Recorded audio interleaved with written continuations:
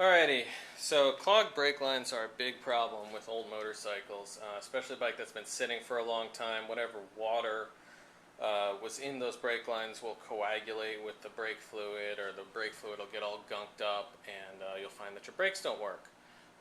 Some symptoms of this are brake pads that don't engage or don't disengage.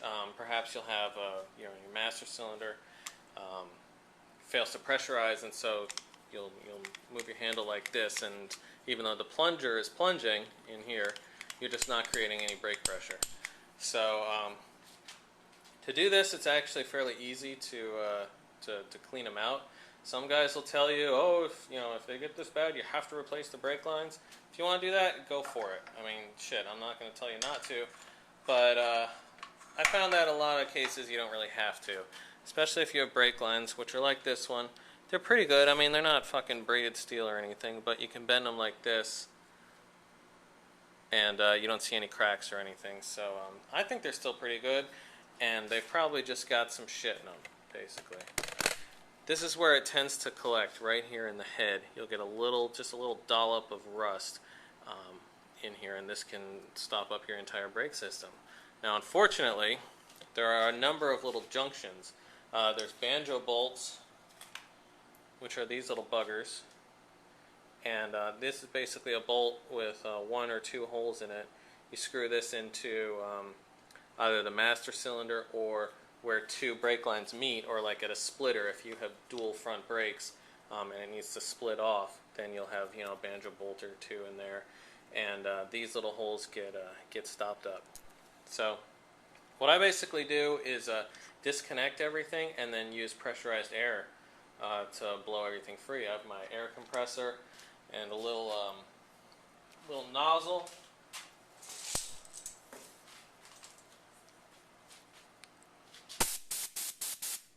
And it works really good. It just blows all the shit out. So I'm going to show you guys how I do it, and what are some common problems that you might come across when you're doing this for yourselves. So first step is to remove, you don't have to remove the brake master cylinder, but just remove the line from the end of it so that it can blow free. So I've got this brake line that's just sort of hanging free. Now we're going to go up to the front brakes. Now what I like to do is I start all the way at the end of the brake lines, and then I move upwards. So right down here we're at the caliper.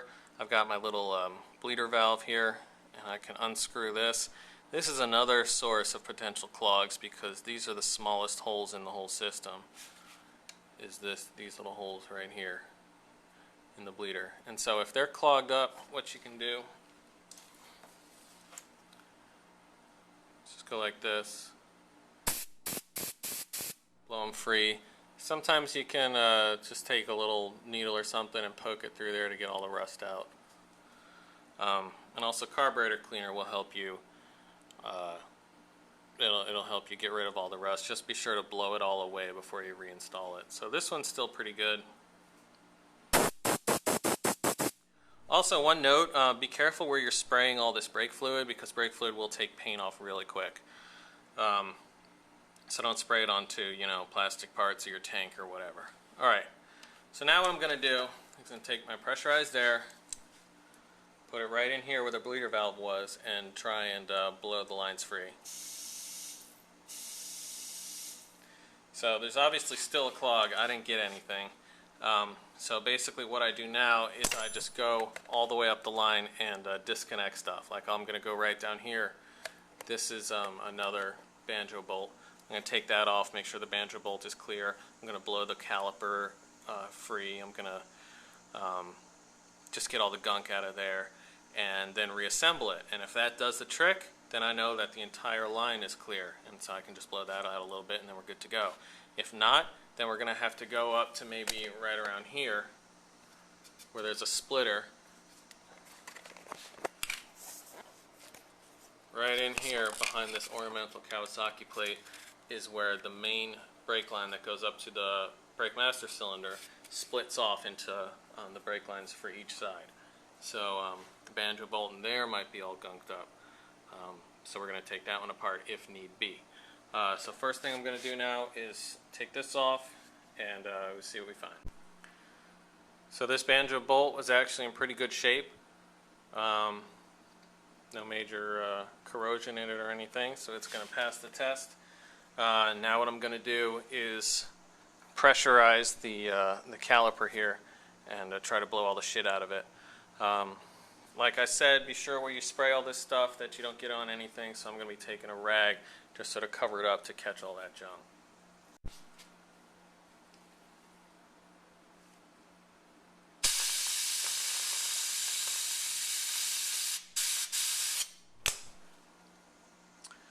So that's everything that came out.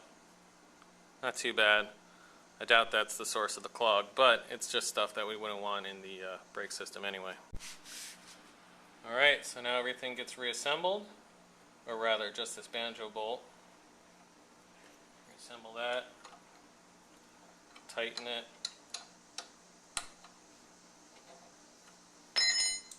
We'll give it another shot. Alright, we've still got a clog. So now I'm just going to go on up the line.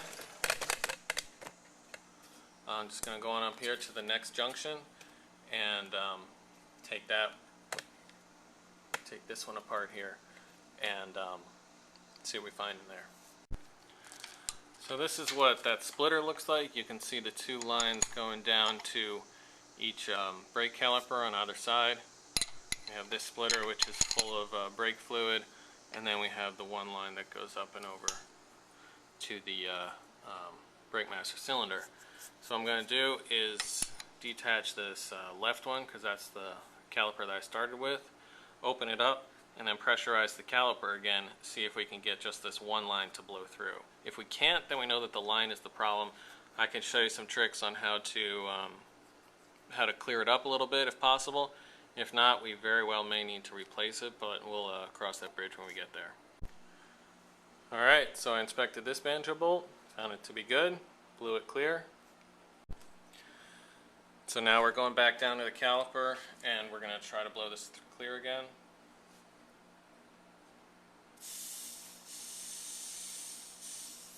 Alright, so I think I might have found the problem.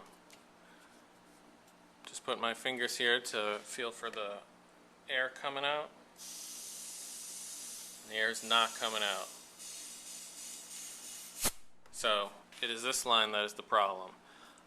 If you want to be better safe than sorry, just replace the line. You're good to go. A lot of times I don't really like to, wait for 2 weeks for one to arrive in the mail. So what I'll do is I'll actually get a little poker and poke down in here and see if there's any gunk in here that I can poke out and poke free. Again, this is, some guys would say this is not best practice. People say, oh, don't fuck with your brakes, you're going to need your brakes in an emergency, blah, blah, blah. I don't know. It's, to each his own. It's your bike. You can make the decision based on however you want to do it. So that's what I'm going to do. I'm going to get a little piece of wire, poke it down there, and see if I can't get it to free up. Alright, so sometimes try as you might, you just can't get it clear. This one has some blockage right about here. I was able to insert my poker all the way up to here, and it's just got some blockage that I'm not going to be able to get out. So now the only thing you can do really is replace it. If you happen to have a spare parts bike around, you can replace it with pretty much any Kawasaki, Yamaha, Honda, Suzuki brake line that you may have.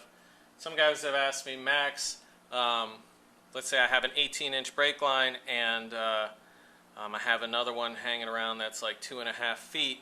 Can I replace it with that one? The short answer is yes, but kind of. The brake line's going to be full of brake fluid anyway, so it will work. It might not work totally as great as it used to, because this rubber here, whenever you squeeze your brake, this rubber expands just a little bit, and so the longer the brake line, the more rubber, the more expansion is allowed. So you're not going to get the optimum brake pressure. So I mean, like, dude, if you're stuck by the side of the road and you happen to find one of these, go for it. You know, it'll get you home.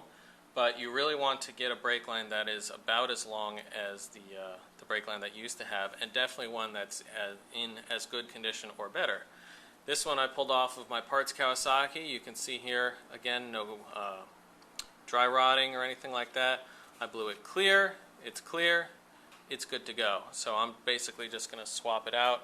It's the exact same length, and we'll be good to go. Remember too that just because you have this one clear doesn't mean that you've completely restored your brake system. You got to go through each and every one of those little junctions and see if they're clogged up too.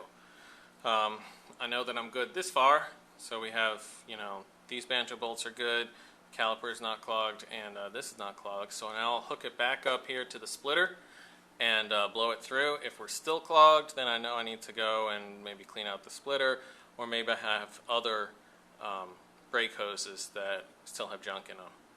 So that's basically how it's done. You just do it real systematically, take all your parts apart and blow them clear. Not really all that much more to it. If you're the type of guy who insists on replacing your brake lines, that's fine, but this video will also help you determine which one is clogged, so you don't have to break the whole, or you don't have to replace the whole thing if you don't want to. So yeah, if you guys have any questions about this process, let me know.